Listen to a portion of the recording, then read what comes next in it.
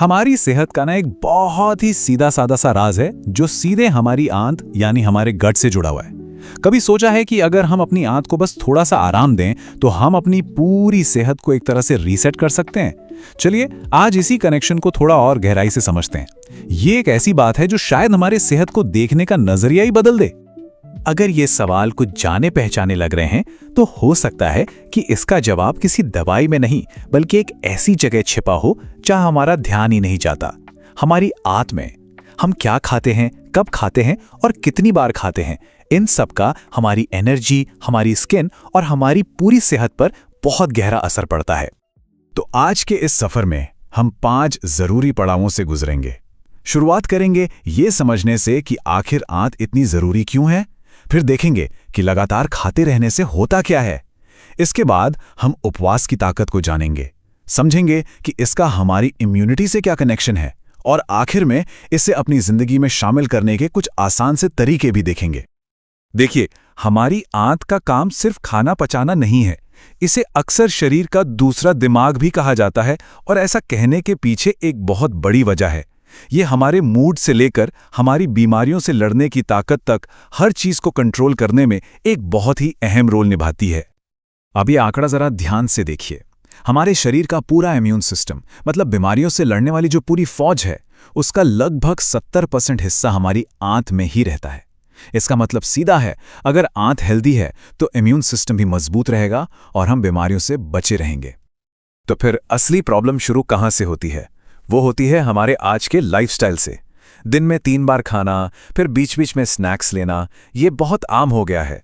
इसके वजह से होता ये है कि हमारा पाचन तंत्र, हमारा डाइजेस्टिव सिस्टम लगभग पूरे दिन बिना रुके काम करता रहता है और ये लगातार काम करना हमारी आंत पर बहुत भारी पड़ता है। हमारी आंत में खरबों बैक्टीरिया रहते हैं, कुछ अच्छे और कुछ बुरे। जब आंत स्वस्थ होती है तो अच्छे बैक्टीरिया की संख्या ज्यादा होती है, लेकिन जब हम लगातार कुछ न कुछ खाते रहते हैं तो बुरे बैक्टीरिया को फलने फूलने का मौका मिल जाता है।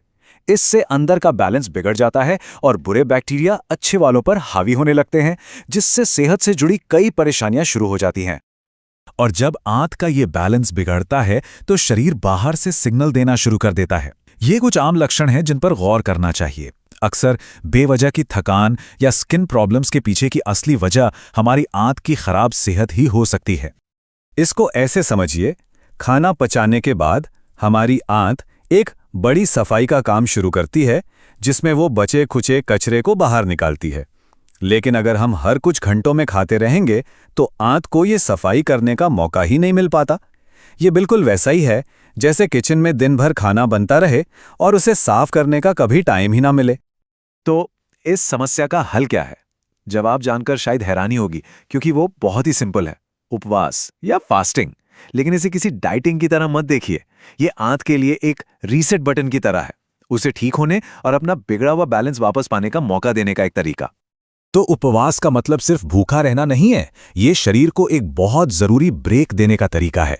जब हम खाना बंद कर देते हैं तो हमारा डाइजेस्टिव सिस्टम आराम करता है और शरीर अपनी सारी एनर्जी मरम्मत और अंदरूनी सफाई के कामों में लगा पाता है। तो सबसे जरूरी बात यही है कि जब पाचन को आराम मिलता है तो वो उन सभी जरूरी कामों को कर पाता है जिनके लिए उसे समय ही नहीं मिल रहा था। वो अपनी अंदरूनी दीवारों की मरम्मत करता है, खराब बैक्टीरिया को साफ करता है और खुद को पूरी तरह से रीसेट कर लेता है। अच्छा, तो एक आराम की हुई आंत एक मजबूत इम्यून सिस्टम बनाती कैसे है? ये सिर्फ कोई कही सुनी बात नहीं है, इसके पीछे पक्का साइंस और बायोलॉजिकल वजहें हैं। चलिए समझते हैं। जब हम करीब 16 घंटे या उससे ज्यादा देर तक कुछ नहीं खाते तो हमारा शरीर एनर्जी के लिए एक खास तरह का ईंधन बनाने लगता है। इसे कहते हैं कीटोन्स। ये सिर्फ एनर्जी का सोर्स नहीं है, इनके और भी कई जबरदस्त फायदे हैं।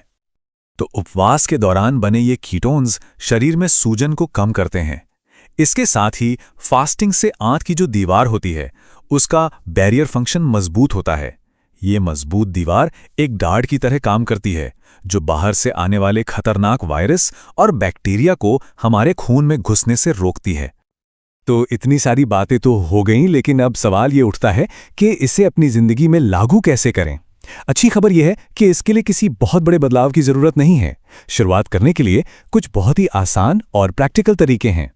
सबसे पॉपुलर तरीका है 16-8 इंटरमिटेंट फास्टिंग। इसका मतलब है कि दिन के सिर्फ 8 घंटे के दौरान ही खाना है और बाकी के 16 घंटे उपवास रखना है, जिसमें सोने का समय भी शामिल होता है। इस तरीके से आंत को हर रोज खुद को ठीक करने के लिए एक लंबा ब्रेक मिल जाता है। अगर 16 घंटे का उपवास मुश्किल लग रहा है तो इन छोटे छोटे कदमों से भी शुरुआत कर सकते हैं, जैसे 2 मील्स के बीच में स्नैक्स खाना बंद कर देना। ये भी आंत को आराम देता है। या फिर खाते समय पेट को पूरा ना भरना, थोड़ा खाली रखना। और अपनी डाइट में दही और फाइबर वाली सब्जियां शामिल करना भी अच्छे बैक्टीरिया को बढ़ाने में मदद करता है। याद रखिए, हर छोटा कदम मायने रखता है। तो अंत में बस एक बात याद रखने लायक है, आंत की देखभाल करना सिर्फ पाचन सुधारने के बारे में नहीं है, ये हमारी पूरी सेहत की नींव को मजबूत करने जैसा है। आंत को थोड़ा सा आराम देकर हम असल में अपने पूरे शरीर को स्वस्थ और मजबूत बना रहे हैं। तो असली सवाल ये है कि हमारी रोज की आदतों में किया गया एक छोटा सा बदलाव हमारी सेहत के लिए कितने बड़े दरवाजे खोल सकता है।